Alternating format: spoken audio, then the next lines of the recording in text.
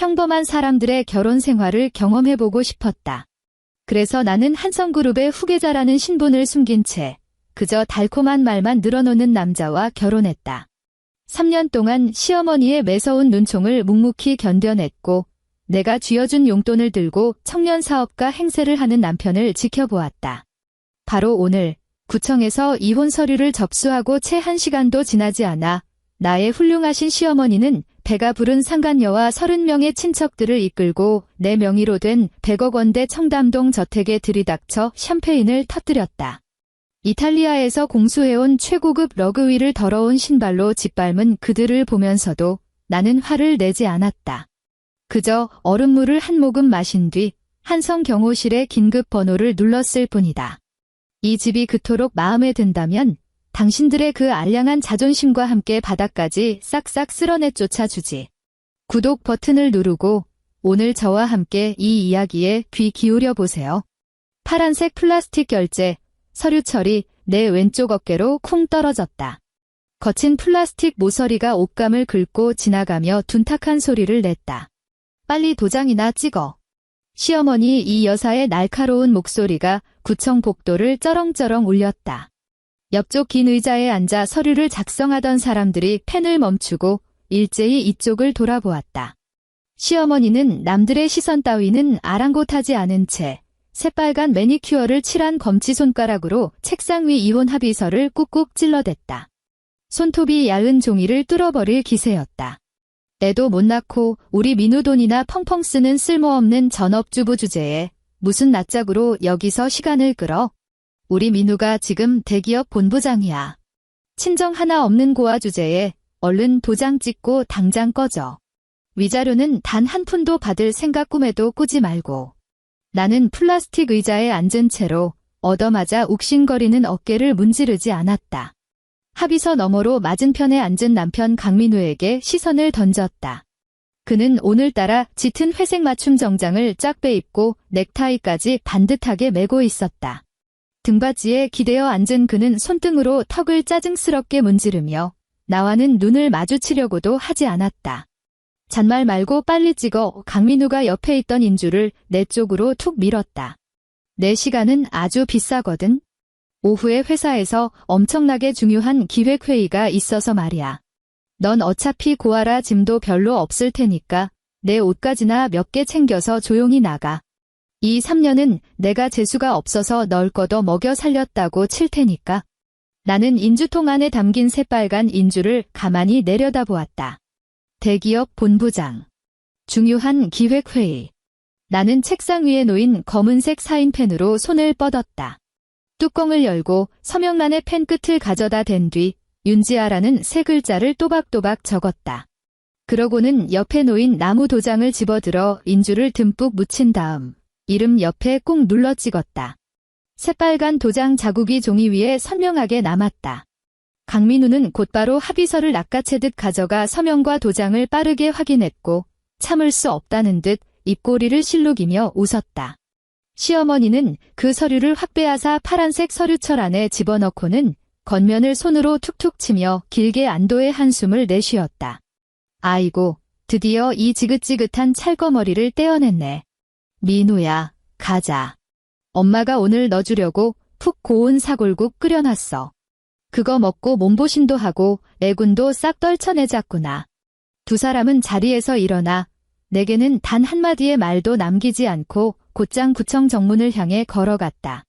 앞장서서 걷는 강민우의 발걸음은 마치 수능시험을 갓 끝낸 수험생처럼 가벼워 보였다. 나는 제자리에 앉아 사인펜 뚜껑을 닫고 연필꽂이에 꽂아 넣었다. 구청 정문을 나서자 한낮의 햇살이 눈을 찌를 듯 쏟아졌다. 길가에는 강민우가 타고 온 검은색 수입 승용차가 세워져 있었다. 작년 그의 생일 때 내가 일시불로 결제해서 그의 명의로 사준 차였다. 지금 그 차는 후미등을 2번 깜빡이더니 쏜살같이 멀어졌다. 나는 계단에 서서 스마트폰을 꺼내 은행 거래 내역 앱을 열었다. 화면에는 이체 내역이 빼곡하게 채워져 있었다. 강민우는 매일 낮 11시까지 늦잠을 자고 일어나 비싼 향수를 떡칠하고 출근했다. 그가 입에 달고 사는 그 대기업이라는 곳은 사실 한성그룹 계열사 중에서도 가장 변두리에 박혀 매년 적자만 내는 이름 없는 하청업체에 불과했다. 그의 그 본부장이라는 자리 역시 무슨 대단한 기획회의를 해서 얻어낸 것이 아니었다. 지난 2년 동안 그 하청업체의 창고에 분기마다 산더미처럼 쌓이던 악성 재고들. 그것들은 전부 내 개인 계좌의 돈으로 몇 개의 페이퍼 컴퍼니를 동원해 일시불로 사들여 메워준 실적 구멍이었다. 그는 그 가짜 매출 보고서를 들고 회사에서 아나무인으로 굴며 자신이 100년에 한 번 나올까 말까 한 천재 사업가라도 되는 줄 착각하고 있었다. 나는 손가락을 왼쪽으로 쓸어 넘겨 끊임없이 돈이 빠져나가던 그 전용 계좌를 선택한 뒤 가차없이 해지 버튼을 눌렀다. 이혼 수속을 마친 지 1시간 뒤 나는 택시를 타고 청담동으로 돌아왔다. 택시는 언덕 중턱에 자리한 고급 빌라 단지 밖에 멈춰섰다. 나는 육중한 철제 대문을 밀고 들어가 돌길을 따라 현관 앞으로 걸어갔다. 100억 원을 호가하는 이 단독주택의 외벽에 얽힌 담쟁이 덩굴은 바로 지난달에 내가 직접 다듬은 것이었다. 나는 손을 들어 도어록 화면에 6자리 숫자를 눌렀다. 삑삑삑. 화면이 붉게 번쩍이며 비밀번호 오류를 알렸다. 나는 2초 정도 멈칫했다가 강민우의 생일을 다시 한번 입력했다. 여전히 붉은 빛과 함께 신경질적인 오류음이 울렸다. 비밀번호가 바뀌어 있었다. 구청에서 나온 지 겨우 1시간도 안 되었는데 그들은 참지 못하고 벌써 자물쇠를 바꿔버린 것이다. 나는 눈을 내리깔고 번호 패드 아래로 손가락을 옮겼다. 그곳에는 눈에 띄지 않는 작은 금속 덮개가 있었다. 나는 덮개를 밀어 올리고 숨겨져 있던 마스터 지문 인식기에 엄지손가락을 댔다. 띠리링. 잠금 장치가 풀리며 두꺼운 양계형 현관문이 안쪽으로 스르르 열렸다. 문이 살짝 열리자마자 돼지 삼겹살을 굽는 짙은 기름 냄새와 마늘 냄새가 훅 끼쳐 얼굴을 덮쳤다. 그 뒤를 이어 귀청을 찢을 듯한 트로트 가락이 거실 깊은 곳에서부터 쿵쾅거리며 터져나왔다. 나는 신발을 갈아 신고 현관의 원목 마루를 밟으며 안으로 들어갔다. 원래 넓고 깔끔했던 거실은 지금 완전히 아수라장으로 뒤집혀 있었다. 거실 한가운데 깔린 값비싼 페르시아산 러그 위에는 휴대용 가스버너 3개가 올려져 있었고 고기 기름이 사방으로 튀어오르고 있었다. 30명이 넘는 사람들이 소파, 러그 위, 통유리창 곁에 비집고 앉아 손에 소주잔을 든 채 트로트 박자에 맞춰 큰 소리로 환호성을 지르고 있었다. 전부 강민우 쪽 친척들이었다. 2달 전에 내가 갖다 들여온 천연 가죽 소파 위에는 시어머니 이 여사가 젊은 여자의 손을 꼭 잡고 앉아 있었다. 그 여자는 헐렁한 인부복을 입고 있었고 배가 이미 약간 불러 있었다. 바로 유진이었다. 얼굴이 시뻘겋게 달아오른 시어머니는 옆에 앉은 큰어머니를 향해 목청을 높여 소리치고 있었다. 형님, 이것 좀 보세요. 이 강남의 으리으리한 대저택 좀 보시라고요. 이게 다 우리 민우가 일시불로 짝 긁어서 산 거 아닙니까? 그 알도 못났던 촌년이 드디어 굴러나갔어요. 우리 유진이 뱃속에 품은 아이가 바로 우리 강씨 가문의 금쪽 같은 핏줄인데 이렇게 풍수질이 좋은 큰 집은 우리 유진이처럼 복스러운 애나 살 자격이 있는 거죠. 큰어머니는 고기를 싼 상추쌈을 입에 우겨 넣으며 우물우물 맞장구를 쳤다. 아유, 내 말이 그 말이야. 우리 민우가 이제 출세해서 청담동의 집도 다 사고 말이야. 그 근본 없는 고아년이 어디 우리 집에 어울리기나 해. 유진은 소파 등받이에 기대어 한 손으로 배를 쓰다듬으며 콧소리를 섞어 애교 있게 웃었다. 어머님, 너무 그러지 마세요. 지아 언니도 사실 알고 보면 참 불쌍한 사람이잖아요. 불쌍하긴 개뿔. 그녀는 완전 거머리였어 시어머니가 허벅지를 철썩 내리쳤다. 나는 거실 가장자리 복도 모퉁이에 서서 이 무리를 가만히 지켜보았다. 나를 가장 먼저 발견한 사람은 가스버너 옆에 앉아 고기를 뒤집던 당숙이었다. 그의 손에 들린 집게가 허공에서 멈췄고 입을 반쯤 벌린 채 나를 보다가 다시 가운데 앉은 시어머니 쪽으로 고개를 돌렸다. 트로트 소리가 옆 사람들의 허둥대는 손길에 황급히 줄어들었다. 거실을 채우던 시끌벅적한 웃음소리가 일순간 싹둑 잘려나간 듯 분위기가 순식간에 차갑게 얼어붙었다. 30개가 넘는 시선이 일제히 나에게 꽂혔다. 고개를 돌린 시어머니의 얼굴에서 1초 전까지 걸려있던 웃음기가 확 무너져 내렸다. 그녀는 벌떡 일어나더니 단숨에 아일랜드 주방으로 뛰쳐들어가 싱크대 하부장 안에서 비닐봉지를 하나 끄집어냈다. 그녀는 애군을 쫓을 때 쓰는 굵은 소금을 한 움큼 쥐어 들고 돌아서서 성큼성큼 내 앞까지 걸어와 손을 번쩍 치켜들었다. 하얀 굵은 소금 알갱이들이 내 발등과 주변 바닥을 향해 무자비하게 쏟아지며 차르륵 소리를 냈다. 얘야, 시어머니가 내 코앞에 삿대질을 해댔다. 분노와 혐오로 일그러진 이목구비가 가관이었다. 이 재수없는 기집애가 무슨 낯짝으로 기어들어와? 비밀번호도 다 바꿨는데 어떻게 들어온 거야? 이게 말이 돼? 이혼한 년이 전 남편 집에 기어들어 오다니 너는 도대체 수치심이란 것도 없냐? 그녀는 말을 쏟아내며 다시 소금을 한 움큼 쥐어 집어 던졌다. 당장 안으로 꺼져서 내 쓰레기 같은 옷가지들이나 다 주워나가. 우리 유진이 맑은 공기 마시며 태교해야 하는데 재수없게 어디서 물을 흐려. 오늘은 우리 강씨 집안에 새며느리 들어온 거 축하하는 가족 모임 날인데 내가 여기 떡하니 서서 우리 심기를 긁겠다 이거지? 강민우가 사람들 뒤편에서 걸어 나왔다. 그는 아직 소주가 반쯤 남은 잔을 들고 있었고 알코올 기운에 양볼이 약간 붉게 달아올라 있었다. 그는 곧장 유진의 곁으로 다가가 그녀의 어깨를 감싸 안으며 등 뒤로 보호하듯 숨겼다. 도장 찍고 조용히 나가라고 했지. 강민우가 미간을 잔뜩 찌푸리며 짜증스럽게 턱끝으로 대문 쪽을 가리켰다. 내가 비밀번호까지 싹 다 바꾼 거 안 보여? 넌 눈치도 없냐? 내 짐이나 챙겨서 당장 꺼져. 경비 불러서 끌어내기 전에.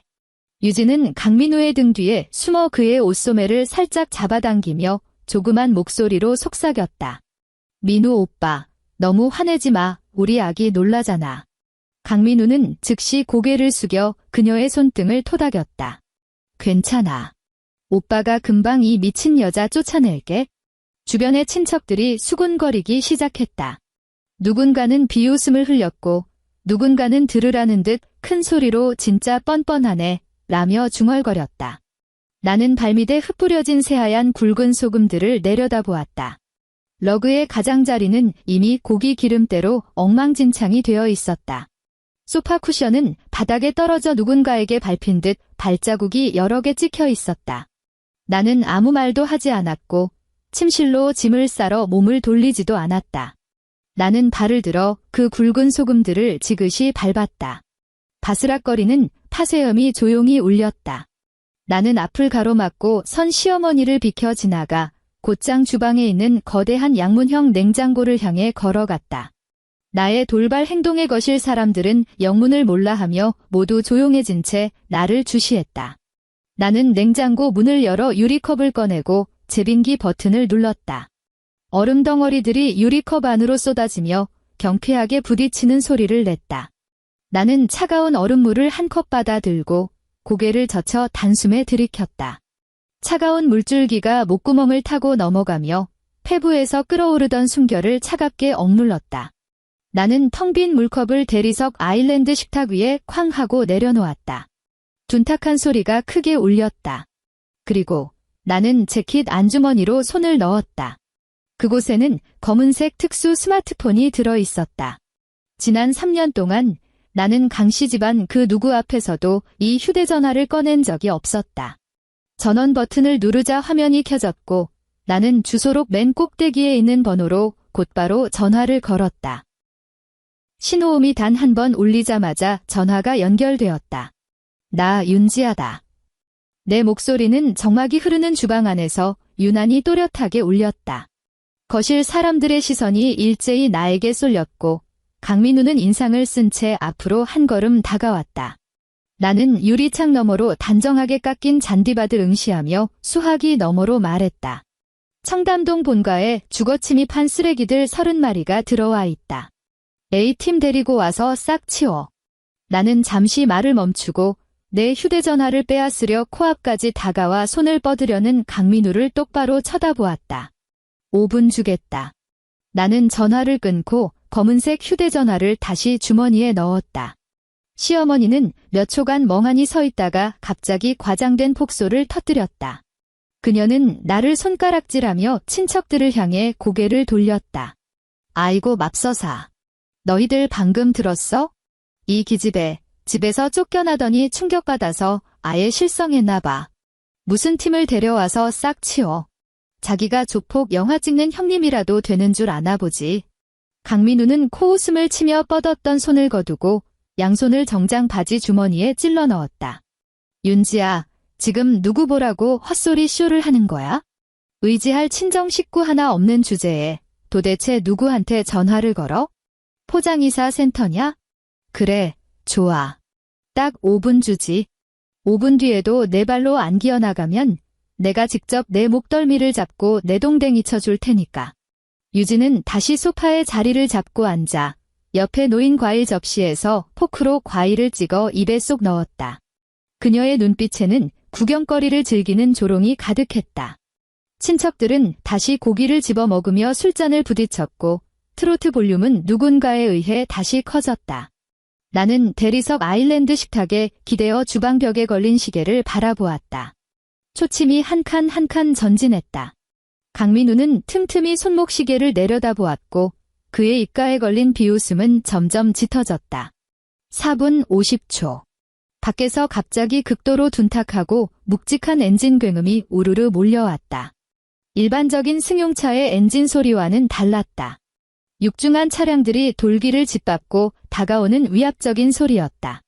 통유리창 쪽에 앉아있던 친척 몇 명이 술잔을 내려놓고 고개를 빼꼼 내밀어 밖을 내다보았다. 저게 다 뭐야? 당숙이 통유리창 밖을 가리켰다. 거대한 통유리창 너머로 철제 대문 밖에 눈을 찌를 듯한 헤드라이트 불빛들이 쏟아지는 것이 선명하게 보였다. 이어서 무려 10대에 달하는 검은색 랜드로버 차량들이 꼬리에 꼬리를 물고 빌라 앞을 가로막으며 진입로를 완벽하게 틀어막았다. 차량 문이 거의 동시에 벌컥 열렸다. 묵직한 전술화가 땅을 구르는 소리가 하나로 이어져 울렸다. 머리부터 발끝까지 검은색 슈트를 빼입고 통신용 이어폰과 선글라스를 낀 건장한 사내 30명이 차에서 쏟아져 내렸다. 그들의 움직임은 소름 돋을 정도로 일사불란했고 단 한 명도 불필요한 소음을 내지 않았다. 맨 앞줄에 섰던 두 남자가 철제 대문 앞으로 다가갔다. 원래라면 지문이나 비밀번호가 필요했을 이 굳건한 문도 그들의 손앞에서는 그저 허수아비나 다름없었다. 그중 한 명이 슈트 주머니에서 소형 장비를 꺼내 잠금 장치에 가져다 댔다. 탁 하는 가벼운 파열음이 울렸다. 육중한 철제 대문이 그대로 활짝 열려버렸다. 30명의 검은 양복의 사내들은 절도 있는 발걸음으로 돌기를 밟으며 곧장 빌라 현관으로 진격했다. 시끌벅적하던 거실은 순식간에 죽은 듯이 고요해졌다. 트로트 가락은 여전히 울려 퍼지고 있었지만 아무도 더 이상 박자를 맞추지 않았다. 시어머니는 반쯤 깐 마늘을 손에 쥔 채 입을 떡 벌리고 있었다. 강민우는 얼굴이 새하얗게 질려 무의식적으로 뒷걸음질을 치며 유진의 앞을 가로막았다. 유진은 소파 구석에 잔뜩 웅크린 채 숨조차 크게 쉬지 못했다. 현관의 양계형 문이 밖에서부터 거칠게 밀려 열렸다. 맨 앞장선 경호 팀장이 큰 보폭으로 거실 안으로 걸어 들어왔다. 그는 방 안 가득 바들바들 떨고 있는 친척 찌끄러기들 따위는 쳐다보지도 않은 채 긴 테이블을 돌아 곧장 내 앞으로 다가왔다. 그는 두 발을 가지런히 모으고 상체를 휙 굽혀 완벽한 90도 폴더 인사를 올렸다. 아가씨, 놀라게 해드려 죄송합니다. 그를 따라 들어온 30명의 검은 양복 경호원들이 거실 가장자리에 일렬로 도열하더니 일제히 90도로 허리를 굽히며 우렁차게 복창했다.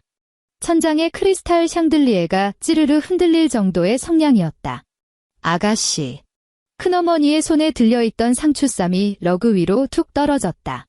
시어머니가 쥐고 있던 마늘 알맹이들도 테이블 밑으로 굴러갔다. 강민우는 맨 앞에 선 경호 팀장을 뚫어져라 쳐다보며 입술을 파르르 떨기 시작했다. 유진은 소파 구석에 잔뜩 웅크린 채 숨조차 크게 쉬지 못했다. 나는 대리석 아일랜드 식탁에서 몸을 떼고 일어났다. 거실 한가운데로 걸어나가 기름때가 얼룩진 바닥과 고기 불판들을 싸늘하게 내려다보았다. 너무 시끄러워. 나는 바닥에 놔둔 빈 소주병들을 눈으로 훑었다. 그리고 집을 너무 더럽혀 놨군. 경호 팀장은 허리를 꼿꼿이 펴고 등 뒤에 도열한 30명의 경호원들을 향해 고개를 돌린 뒤 손을 아래로 내리긋는 수신호를 보냈다. 청소해. 명령이 떨어지는 순간 검은 양복의 경호원들이 새까만 해일처럼 사람들 사이로 밀어닥쳤다. 그들은 어떤 말도 섞지 않았고 이 인간들에게 반응할 시간 따위도 일절 주지 않았다. 2명의 경호원이 아직도 얼빠진 채 앉아있는 당숙 앞으로 다가가더니 각각 양쪽 멱살을 하나씩 틀어쥐고는 마치 병아리를 들어 올리듯 러그에서 쑥 뽑아내어 성큼성큼 문밖을 향해 걸어나갔다. 너희들 지금 뭐 하는 거야? 놔. 아이고 내 허리. 당숙의 돼지 멱다는 비명이 거실의 침묵을 가장 먼저 깨뜨렸다. 그것이 신호탄이라도 된 것처럼 빌라 전체가 순식간에 철저한 아수라장으로 변했다. 친척들은 비명을 지르며 이리저리 도망치려 애썼다. 그러나 전문 격투 훈련을 받은 경호원들 앞에서 그들의 발버둥은 그저 하찮은 몸부림에 불과했다. 큰어머니는 양팔을 붙잡힌 채 질질 끌려나갔고 신발 한 짝은 현관에 덩그러니 남겨졌다. 사촌 형제 몇 명이 반항을 시도했지만 그 즉시 바닥에 처박힌 채 팔이 뒤로 꺾여 제압당해 끌려나갔다. 고기 불파는 발에 차여 나뒹굴었고 먹다 남은 상추와 쌈장이 묻은 삼겹살 조각들이 사방에 흩어졌다. 시어머니가 마침내 정신을 차렸다. 그녀는 바닥에서 용수철처럼 튀어오르더니 산발을 한 채 가장 가까이 있는 경호원에게 달려들어 미친 듯이 핥히고 꼬집어댔다. 이 강도 새끼들아. 양아치 놈들아. 여긴 내 아들 집이야. 너희들이 무슨 권리로 우리를 쫓아내. 당장 경찰 부를 거야. 우리 아들이 대기업 본부장이라고. 키가 190cm에 육박하는 경호원 2명이 표정 하나 변하지 않고 몸을 돌렸다. 그들은 시어머니의 발악 따위는 안중에도 없다는 듯 각각 그녀의 양팔을 하나씩 꽉 움켜쥐고는 그대로 허공으로 번쩍 들어 올렸다. 이거 안 놔. 사람 살려. 민우야. 빨리 엄마 좀 살려다오. 시어머니는 허공에서 2발을 버둥거리며 창자가 끊어질 듯한 비명을 질러댔다. 2명의 경호원은 마치 거대한 쓰레기 봉투를 옮기듯 그녀를 들쳐매고 현관을 지나 철제 대문을 빠져나가더니 마지막으로 힘껏 내동댕이쳐 빌라 밖 최고급 아스팔트 도로 위에 그대로 던져버렸다. 시어머니는 바닥을 두어 바퀴 뒹굴었다. 입고 있던 옷은 먼지투성이가 되었고 쪽지어 올렸던 머리는 완전히 풀어헤쳐져 마치 미친 여자처럼 바닥에 주저앉아 대성통곡을 하기 시작했다. 채 3분도 지나지 않아 발 디딜 틈 없던 거실은 3분의 2가 텅 비워졌다. 강민우는 현관 구석 벽까지 뒷걸음질 쳐 몰려 있었다. 그는 유진을 자신의 등 뒤로 결사적으로 숨긴 채 목에는 시퍼런 핏대가 툭 붉어져 나와 있었다. 그는 경호 팀장의 코앞에 삿대질을 해대며 극도의 공포와 분노가 뒤섞여 날카롭게 찢어지는 목소리로 쏘아붙였다. 너희들 지금 주거침입죄로 걸린 줄 알아. 내가 바로 이 집주인이야. 한 발자국이라도 더 다가오면 당장 경찰에 신고해서 너희들 다 감방에 쳐넣어 버릴 테니까. 그는 주머니에서 스마트폰을 꺼내 덜덜 떨리는 손가락으로 다이얼을 누르려 했다. 경호 팀장은 걸음을 멈추고 아주 차가운 눈빛으로 그를 내려다보았다. 그는 안주머니에서 반으로 접힌 서류 한 장을 쓱 뽑아내더니 손목을 휙 스냅하여 그 서류로 강민우의 얼굴을 찰싹 후려쳤다. 종이의 날카로운 모서리가 강민우의 광대뼈를 긁고 지나가며 발밑으로 툭 떨어졌다. 눈깔 똑바로 뜨고 확인한 다음 신고해 경호 팀장이 마침내 입을 열었다. 감정의 기복이라곤 한 톨도 느껴지지 않는 기계적인 음성이었다. 강민우는 마른 침을 꿀꺽 삼키며 바닥에 떨어진 서류로 시선을 내렸다. 그것은 공식 압인이 찍혀있는 부동산 소유권 증명서였다. 그는 쭈그려 앉아 바들바들 떨리는 손으로 그 서류를 집어들었다. 그의 시선이 소유권자 명예란을 빠르게 훑고 지나갔다. 그곳에는 한성그룹 재단법인이라는 크고 굵은 글씨가 너무나도 선명하게 찍혀 있었다. 강민우의 두 눈이 터질 듯이 커졌고 안구에는 핏발이 서며 시뻘겋게 충혈되었다. 그는 그 글씨들을 뚫어지라 쳐다보며 손톱이 종이를 찢어발길 정도로 꽉 움켜쥐었다. 한성그룹, 그가 멍한 얼굴로 고개를 쳐들고 1미터쯤 떨어져 있는 나를 믿을 수 없다는 듯 바라보았다. 말도 안 돼. 이 집은 내가 일시불로 다 주고 산 건데. 어떻게 한성그룹 명의로 되어 있다는 거야? 나는 그에게 천천히 다가갔다. 내가 샀다고. 나는 고개를 숙여 길 잃고 쫓겨난 개새끼처럼 바닥에 웅크리고 있는 남자를 싸늘하게 내려다보았다. 내가 매달 받아오는 카드이자 갚기에도 턱없이 모자란 그 쥐꼬리만 한 월급으로 청담동 100억짜리 저택을 무슨 수로 사? 강민우. 너 혼자 북치고 장구치며 너무 오래 꿈을 꾸다 보니까 내가 진짜 무슨 재벌가 신흥 귀족이라도 된 줄 알았어? 강민우의 입술이 뻐끔거렸지만 쉰 소리조차 밖으로 나오지 못했다. 그가 악착같이 쌓아 올렸던 허영과 오만함은 이종이 한 장과 문박을 지키고 선 30명의 경호원들 앞에서 처참하게 가루가 되어 흩날리고 있었다. 경호원들이 다가와 이미 다리에 힘이 풀려 주저앉아버린 유진의 양팔을 꿰차고 밖으로 끌어냈다. 강민우는 더 이상 반항조차 하지 못했다. 그는 2명의 경호원에게 질질 끌려 대문 밖으로 내던져졌고 이미 목이 쉬어라 통곡하고 있는 시어머니 곁에 널브러졌다. 철제 대문 밖, 가로등이 창백한 빛을 뿌리고 있었다. 시어머니와 강민우는 가로등 기둥 밑에 넋이 나간 채 쓰러져 있었다. 그들 주변으로는 똑같이 길바닥에 내동댕이 쳐진 수십 명의 친척 무리가 널브러져 있었다. 10대의 검은색 랜드로버 차량이 일제히 헤드라이트를 켜자 눈을 찌를 듯한 불빛이 그들 위로 쏟아지며 그들의 비참하고 꼴사나운 몰골을 낱낱이 비춰냈다. 나는 정원의 돌계단 위에 서서 대문 밖의 풍경을 가만히 지켜보았다. 밤바람이 불어오며 시어머니가 아까 바닥에 뿌려댔던 굵은 소금 알갱이들을 쓸고 지나갔다. 모든 것은 이제 막 시작되었을 뿐이다. 육중한 철제 대문이 경호 팀장의 조작에 의해 서서히 닫히며 둔탁한 금속 마찰음을 냈다. 나는 몸을 돌렸다. 대문 밖에서 철창을 두드리며 하늘이 무너져라 울부짖고 저주를 퍼붓는 소리 따위는 철저하게 무시했다. 경호 팀장은 2억 걸음 간격을 유지하며 내 뒤를 따랐다. 아가씨, 안방과 손님방에 남은 저들의 개인 짐들은 어떻게 처리할까요? 검은색 대형 쓰레기 봉투 가져와서 싹 다 쑤셔 넣어. 저 인간들이 썼던 침대 시트, 러그, 소파 쿠션까지 모조리 다 바깥 분리수거장에 내다 버려. 나는 현관의 원목 마루를 밟고 서서 쓰레기장이 되어버린 거실을 무심한 눈으로 훑었다. 내일 청소 전문 업체 불러서 집안 전체 정밀 소독 한번 돌리고 저 가스버너들은 당장 밟아서 부숴버려. 알겠습니다. 나는 2층으로 올라갔다. 복도 끝에 있는 서재는 내가 떠날 때의 모습 그대로 단정하게 유지되어 있었다. 이 특수 스마트폰은 꽤 오랫동안 쓰지 않던 것이라 서재 책상의 대리석 상판 위에 올려놓자마자 화면이 밝게 켜졌다. 화면에는 한성은행 VVIP 전용선이라는 글자가 떠올랐다. 나는 스피커폰 버튼을 누르고 가죽 의자를 빼내어 깊숙이 앉았다. 윤 이사님, 쉬시는데 방해를 드려 죄송합니다. 수화기 너머로 들려오는 나의 개인 자산관리사의 목소리는 아주 낮게 깔려 있었고 철저하게 절제된 직업적 긴장감을 품고 있었다. 10분 전 강민우 씨가 2명의 여성 파트너를 대동하고 강남 인터컨티넨탈 호텔에서 프레지덴셜 스위트룸을 결제하려고 시도했습니다. 이사님 명의로 발급된 가족용 블랙카드를 제시했더군요. 제가 지시한 대로 처리했나요? 네, 시스템상 즉시 동결 처리되었습니다. 하지만 강 선생님께서 현재 프런트 데스크에서 몹시 흥분한 상태로 저희 직원들에게 고성을 지르며 난동을 피우고 계십니다. 이사님과 당장 전화를 연결해달라고 요구하시면서 이사님이 홧김에 억지를 부리는 거라며 따끔하게 혼을 내주겠다고 하시네요. 호텔 보안 요원을 불러 쫓아낼까요?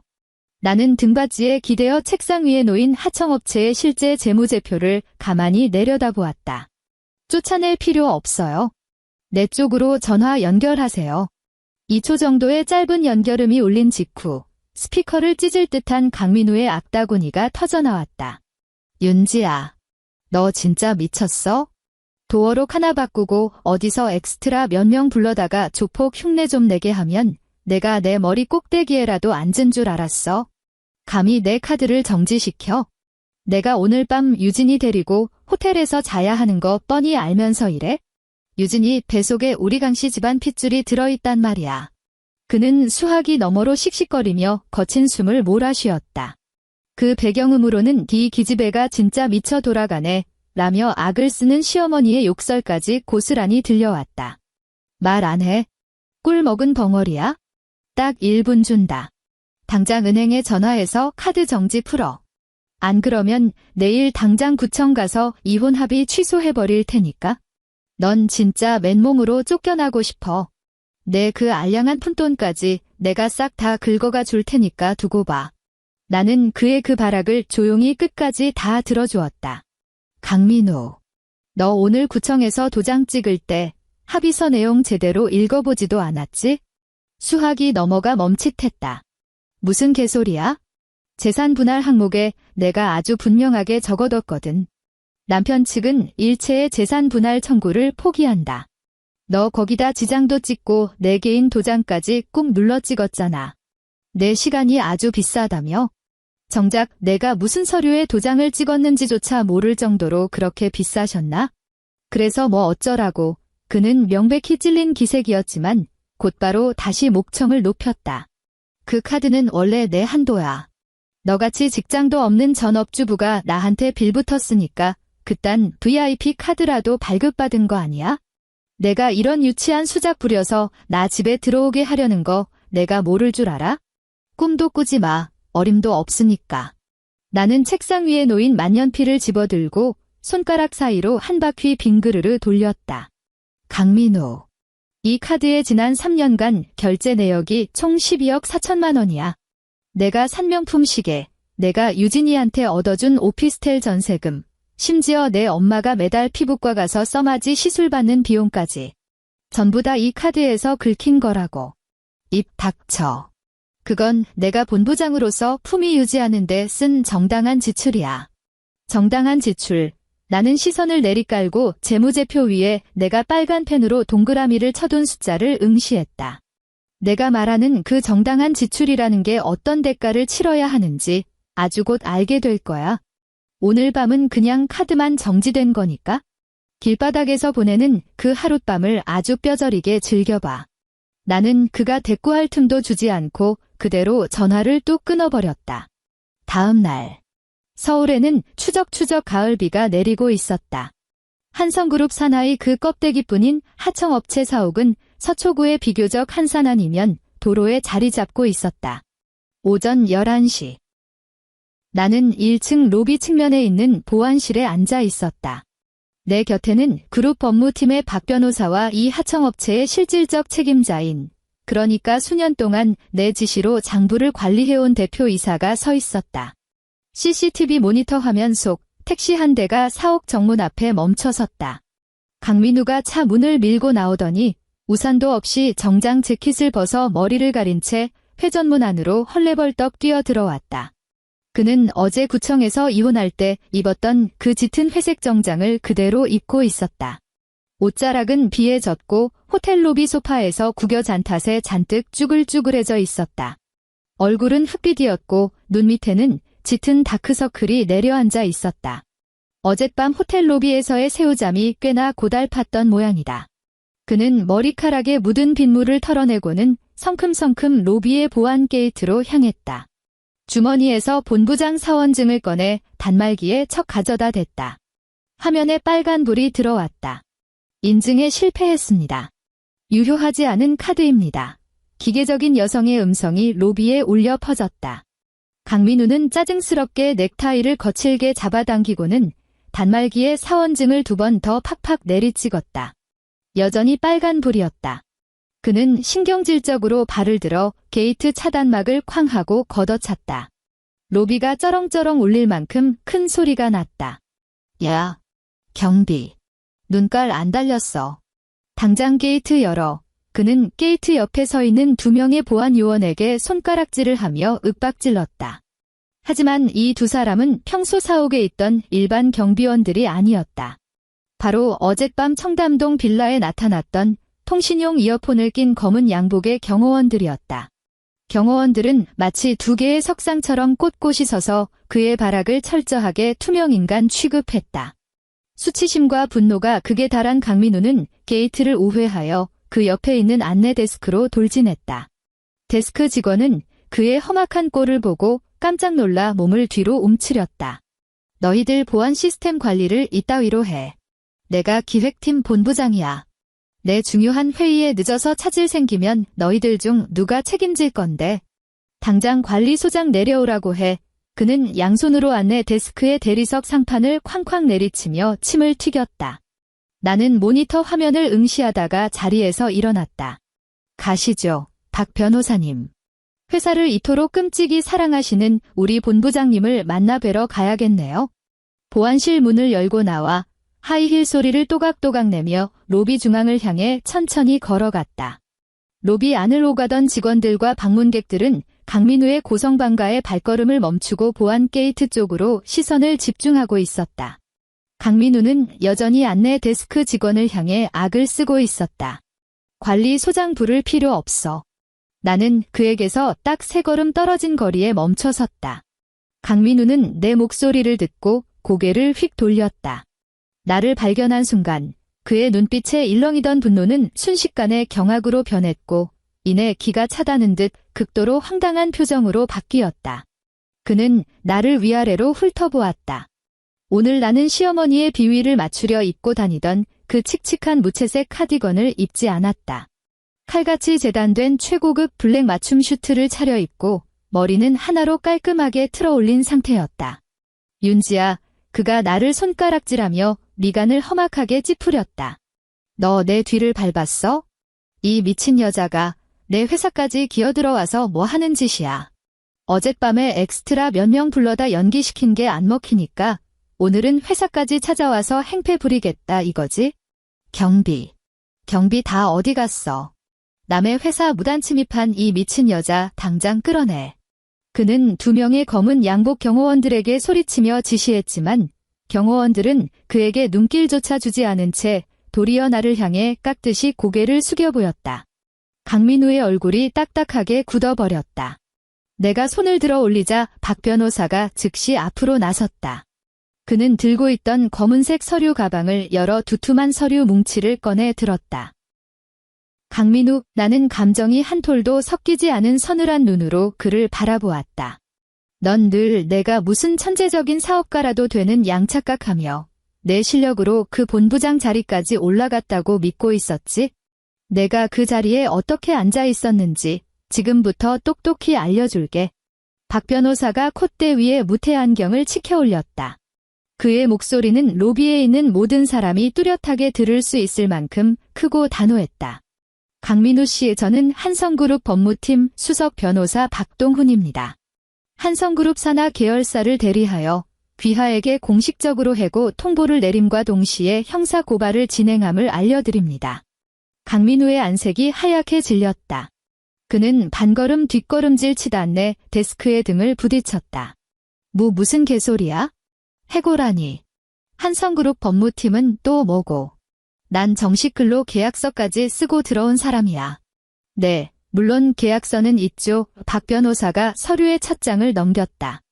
하지만 지난 2년 7개월 동안 귀하는 기획팀 본부장이라는 직위를 남용하여 수차례 허위 매출 계약서를 작성했습니다. 귀하가 매 분기 보고했던 그 잘난 악성 재고 처리 실적이라는 것들은 사실 전부 외부의 페이퍼 컴퍼니들이 결제한 가짜 장부였습니다. 강민우의 입술이 파르르 떨리기 시작했다. 이 쓰레기 같은 놈이 어디서 모함을 해.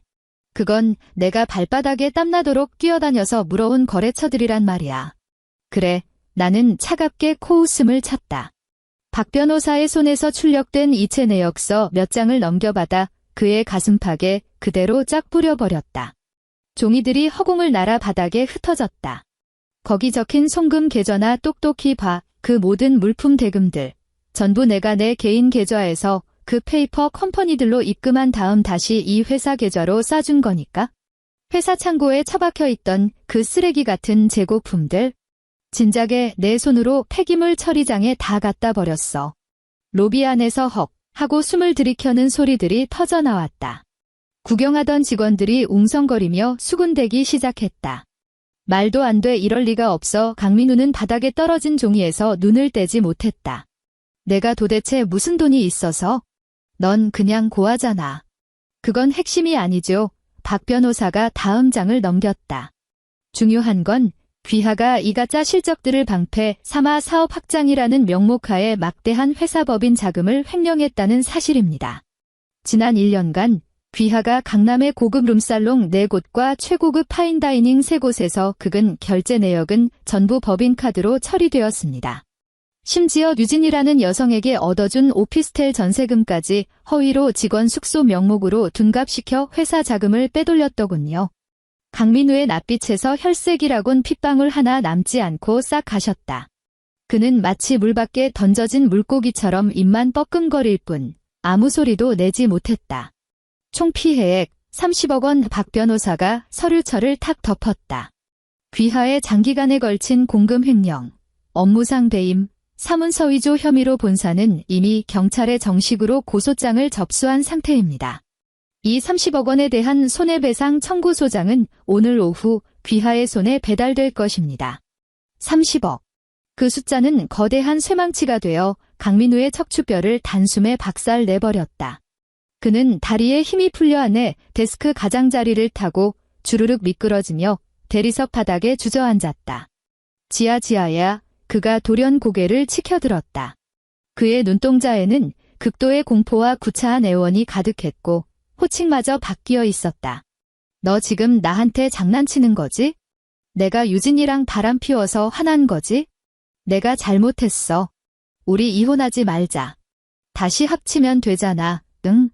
내가 저 사람들한테 가서 해명 좀 해줘. 그 돈 내가 자발적으로 나 도와주려고 쓴 거라고, 내가 횡령한 거 아니라고 말 좀 해줘. 제발. 그는 내 발로 짐승처럼 바닥을 기어와 내 바짓가랑이를 부여잡으려 했다. 옆에 섰던 2명의 경호원이 한 발짝 앞으로 나서더니 양쪽에서 그의 어깨를 거칠게 틀어쥐고 대리석 바닥에 쾅 하고 내리눌렀다. 차가운 바닥에 얼굴이 짓눌린 채로도 그는 끊임없이 짐승처럼 울부짖었다. 지아야, 내가 나한테 이러면 안 되지? 우린 부부잖아. 나는 오만하게 그를 내려다보았다. 어제 구청에서 내 입으로 분명히 말했지? 이 3년은 내가 재수가 없어서 날 걷어 먹여 살렸다고. 나는 허리를 살짝 굽혀 극심한 공포에 질려 일그러진 그의 꼴을 가만히 감상했다.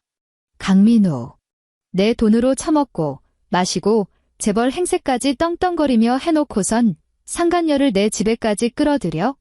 좋아. 이제 내가 나한테 빚진 그 30억, 단 1원도 빠짐없이 토해내. 바로 그때 사옥 정문 밖에서 귀를 찢을 듯한 소란이 벌어졌다.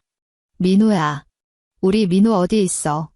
시어머니 이 여사가 머리를 산발한 채 회전문을 밀치고 미친 듯이 뛰쳐 들어왔다.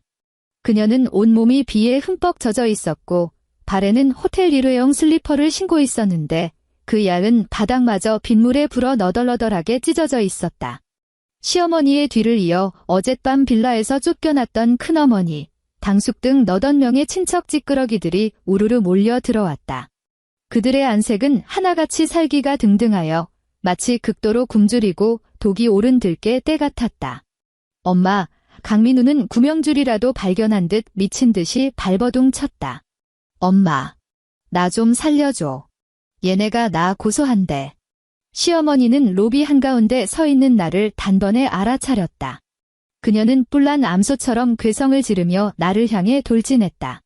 윤지야, 이 천하에 찢어주길 독사 같은 년. 내가 감히 우리 민우 회사까지 쫓아와서 분탕질을 쳐. 근본도 없는 고아년이 내 오늘 기필코 내 주둥아리를 찢어놓고야 말 테라. 그녀는 손톱을 세우고 내 얼굴을 향해 손을 번쩍 치켜들었다. 경호원이 나서기도 전에 그녀의 뒤를 바짝 쫓아오던 당숙이 돌연 시어머니의 뒷덜미를 짐승처럼 낚아채더니 뒤로 확 잡아 끌었다. 중심을 잃은 시어머니는 뒤로 비틀거리다 하마터면 나자빠질 뻔했다. 아이고, 지금 왜 사람을 끌어당겨? 그녀는 분노로 얼굴을 붉히며 당숙을 노려보았다. 당숙은 그녀의 폐악질 따위는 들리지도 않는다는 듯 바닥에 짓눌려 있는 강민우를 향해 두 눈을 번뜩이며 소리쳤다. 분노가 극에 달해 목소리가 쩍쩍 갈라졌다. 민우, 너 방금 뭐라고 씨부렸어? 누가 널 고소해? 강민우는 경호원들에게 짓눌린 채 눈물 콧물을 쏟으며 입만 벌벌 떨 뿐 제대로 된 말을 내뱉지 못했다. 그 순간 박 변호사가 차갑게 가라앉은 목소리로 정확하게 쐐기를 박았다. 강민우 씨는 30억 원의 공금 횡령 혐의로 본사에 의해 정식 고소당했습니다. 30억, 큰어머니가 찢어지는 비명을 질렀다. 얼굴의 살점들이 바들바들 떨리고 있었다. 그녀는 고개를 획 돌려 시어머니를 잡아먹을 듯이 노려보았다. 내가 분명히 민우가 대기업 본부장에다 곧 부사장으로 승진할 거라고 했잖아.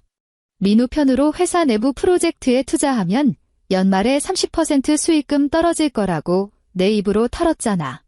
시어머니의 얼굴이 순식간에 잿빛으로 죽어버렸다. 형님, 제 말 좀 들어보세요. 이게 다 저 독사 같은 년이 수작을 부려서. 수작은 개뿔이. 당숙의 눈이 시뻘겋게 뒤집혔다. 그는 야차처럼 달려들어 시어머니의 머리채를 사정없이 휘어잡았다. 내가 우리 아들내미 아파트 전세금 보태주려고 평생 모은 노후 자금 5억 원을 내년한테 다 갖다 바쳤어. 회사 내부자 주식 청약이라고 속여놓고 내 돈 어쨌어. 내 아들내미가 처먹은 30억 구멍 메우는데 내 피 같은 돈 다 털어넣었지. 당장 내 돈 내놔. 아이고. 놔. 내 머리통 빠진다. 시어머니는 고통에 몸부림치며 당숙의 손을 할퀴었다. 큰어머니마저 짐승처럼 달려들어 시어머니의 옷자락을 부여잡고 미친 듯이 앞뒤로 흔들어댔다. 이 사기꾼년. 너희 모자는 천하의 몹쓸 사기꾼들이야. 뭐. 청담동 100억 저택. 대기업 본부장. 당장 내 돈 뱉어내. 내 돈 3억 내놓으라고. 다른 친척들도 일제히 좀비 떼처럼 달려들었다. 누군가는 시어머니의 정강이를 걷어차고 누군가는 그녀의 옷주머니를 뒤져대기 시작했다. 평소 집안에서 상전 노릇을 하며 떠받들어지던 이 여사는 지금 굶주린 늑대 무리에 던져진 썩은 고깃덩어리처럼 친척들에게 무자비하게 물어뜯기고 있었다.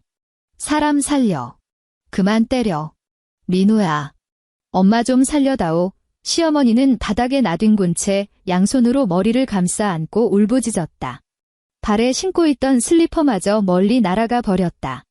강민우는 제 어미가 친척들에게 짓밟히고 두들겨 맞는 꼴을 두 눈 뜨고 지켜볼 수밖에 없었다. 어떻게든 기어 일어나려 발악했지만 경호원들의 억센 힘에 눌려 손가락 하나 까딱할 수 없었다. 그는 절망으로 가득 찬 눈으로 나를 올려다보며 목구멍 깊은 곳에서 짐승 같은 울음소리만 토해낼 뿐이었다.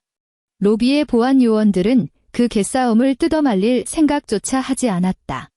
나는 박 변호사를 향해 가볍게 턱짓을 했다. 회사 업무방해로 경찰에 신고하세요. 이 저열한 채무관계 쇼는 경찰서 가서 마저 찍으라고 하죠. 박 변호사에게 지시를 내린 뒤 바닥에 기어다니는 강민우를 벌레 보듯 마지막으로 훑어보고는 몸을 돌려 임원 전용 엘리베이터로 향했다.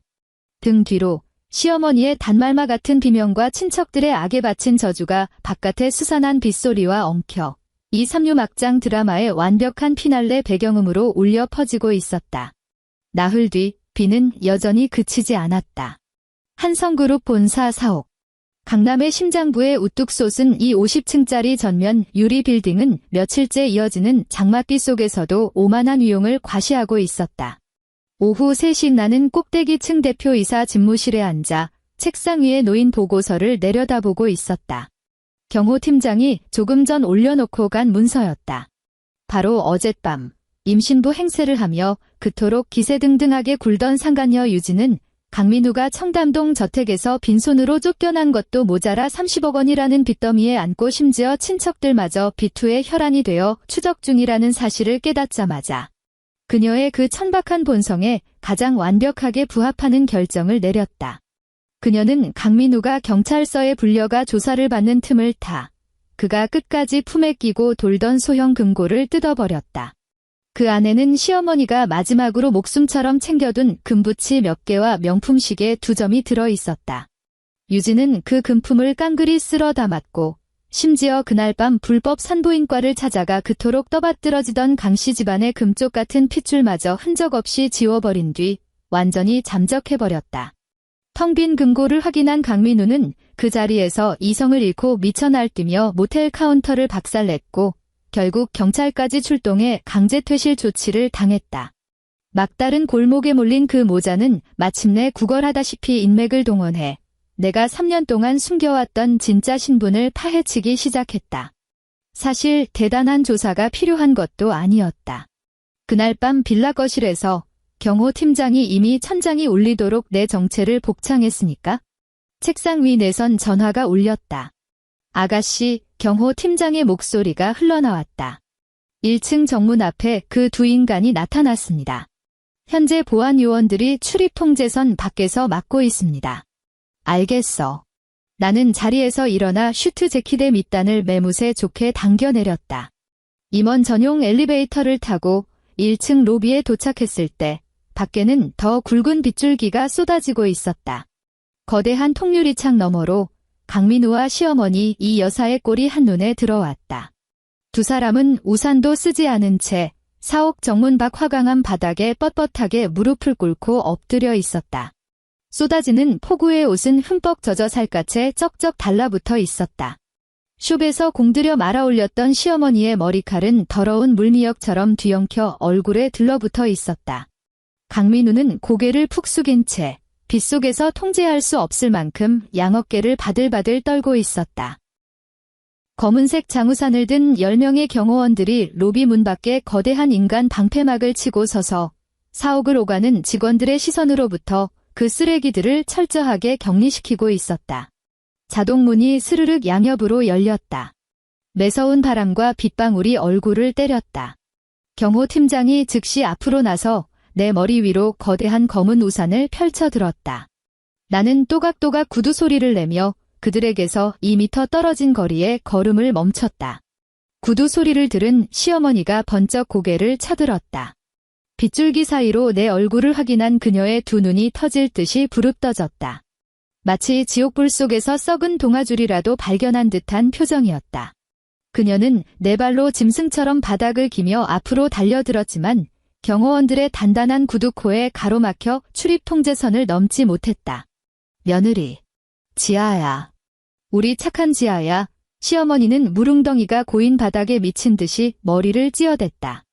흙탕물이 튀어올라 그녀의 낯짝을 진흙 범벅으로 만들었다. 애미가 죽일년이다. 애미가 눈깔이 피었지. 이 미친년이 돈독이 올라서 천벌을 받을 짓을 했어. 그녀는 짐승처럼 울부짖으며 자신의 두 팔을 휘둘러 제 뺨을 사정없이 후려치기 시작했다. 짝, 짝, 빗소리를 뚫고 살이 파열되는 소리가 끔찍하게 울려 퍼졌다. 몇 대 맞지도 않아 그녀의 양볼은 흉측하게 부어올랐다. 이것 봐라. 애미가 이렇게 벌을 받고 있잖니. 우리 민우 한 번만 살려다오. 유진이 그 샹년이 도망갔어. 우리 남은 전 재산까지 다 털어서 야반도주 했다고. 우리 민우가 그 여우 같은 년한테 홀려서 잠깐 미쳤던 거야. 너희들 같이 산 세월이 3년인데 민우 마음속엔 너밖에 없어. 제발 소송 좀 취하해다오. 30억이라니 우리는 그런 돈 평생 만져보지도 못하고 길바닥에서 굶어 죽어. 시어머니는 오열하다 못해 전신을 경련하며 옆에 코를 박고 엎드려 있는 강민우의 멱살을 쥐어 흔들었다. 민우야, 너도 입이 있으면 말 좀 해봐. 내 마누라한테 당장 싹싹 빌어. 발바닥이라도 핥으란 말이야. 강민우가 아주 느릿하게 고개를 쳐들었다. 한때 하늘 무서운 줄 모르고 오만함으로 번뜩이던 그 두 눈에는 이제 생기 잃은 잿빛 공포와 처참한 절망만이 남아 있었다. 그는 나를 올려다보며 입술을 바들바들 떨더니 차라리 혀를 깨무는 게 나을 정도로 비굴하고 형편없는 목소리를 쥐어짜냈다. 지아야, 내가 진짜 죽을 죄를 지었어. 소송만 취하해주면 내가 시키는 거 다 할게. 평생 내 발밑에서 개처럼 기어다닐게. 나는 검은 우산에 짙은 그늘 아래 서서 진흙탕 속에서 벌레처럼 꿈틀거리는 이 모자를 서늘하게 내려다보았다. 3년 전 핏빛으로 물든 재벌가의 권력투쟁에 신물이 나 신분을 위장한 채 이 인간들과 한 지붕 아래 기어들어갔다. 평범한 가정집에서라면 최소한의 인간적인 온기와 고요함을 얻을 수 있을 거라 착각했다. 시어머니의 멸시와 폐악질을 묵묵히 참아냈고 강민우의 한심한 무능함을 모른 척 덮어주었으며 내 돈을 쏟아부어 그의 알량한 자존심까지 세워주었다.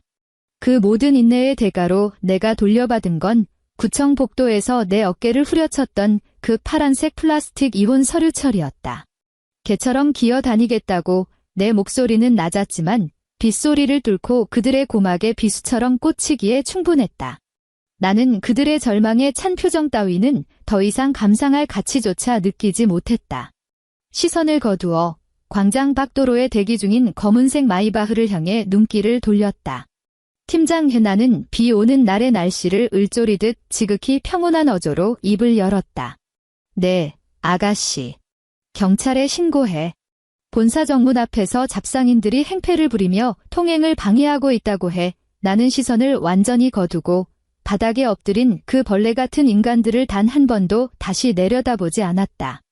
경찰 불러서 한성그룹의 정상적인 업무를 방해하는 이 노숙자 쓰레기들 싹 다 치워버려. 경호 팀장이 묵직하게 고개를 숙였다. 알겠습니다. 나는 미련 없이 몸을 돌려 빗물이 고인 바닥을 밟으며 도로변의 마이바흐로 향했다. 기사가 뒷좌석 문을 열었고 나는 허리를 숙여 차체 안으로 미끄러져 들어갔다. 육중한 차 문이 닫히는 그 짧은 찰나, 시어머니의 내장을 토해내는 듯한 끔찍한 비명소리는 두꺼운 방음 유리창 밖으로 영원히 차단되었다. 마이바흐는 부드럽게 출발하여 비오는 서울의 꽉 막힌 도로 위로 스며들었다. 나는 푹신한 천연 가죽 시트에 몸을 깊숙이 기대고 백미러를 통해 점점 멀어지는 한성그룹 본사 빌딩을 가만히 응시했다. 빗줄기를 찢으며 번쩍이는 경찰차의 붉고 푸른 경광등 불빛. 제복 입은 경찰들이 한때 대기업 본부장이라 꺼들먹거리던 남자와 아나무인의 강남 사모님을 경찰차 뒷좌석으로 짐짝처럼 거칠게 쑤셔 넣고 있었다. 나는 시선을 거두고 내 왼손을 조용히 내려다보았다. 네 번째 손가락. 싸구려 결혼 반지를 하도 오래 끼고 있어 하얗게 남은 그 얕은 자국이 어둑한 차 안에서 희미하게 빛을 내고 있었다. 하지만 피부의 재생 속도는 생각보다 빠르다. 며칠만 지나면 이 알량한 흔적조차 완벽하게 사라져버릴 것이다. 지난 3년 동안 좁은 주방에서 숨죽여 김치를 썰어대던 그 멍청하고 초라했던 윤지아의 그림자가 이제는 먼지 한 톨 남기지 않고 완벽하게 증발해버린 것처럼 오늘의 이야기는 여기서 끝이 납니다. 항상 행복한 하루 보내시길 바라며 다음 이야기에서 또 뵙겠습니다.